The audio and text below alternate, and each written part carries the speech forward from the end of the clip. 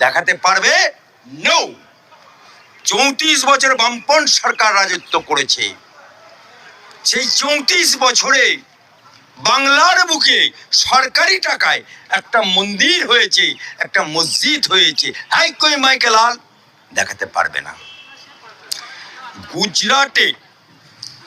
গুজরাটে ডবল ইঞ্জিনের সরকার, বিজেপি সরকার, যোগী সরকার, সেখানে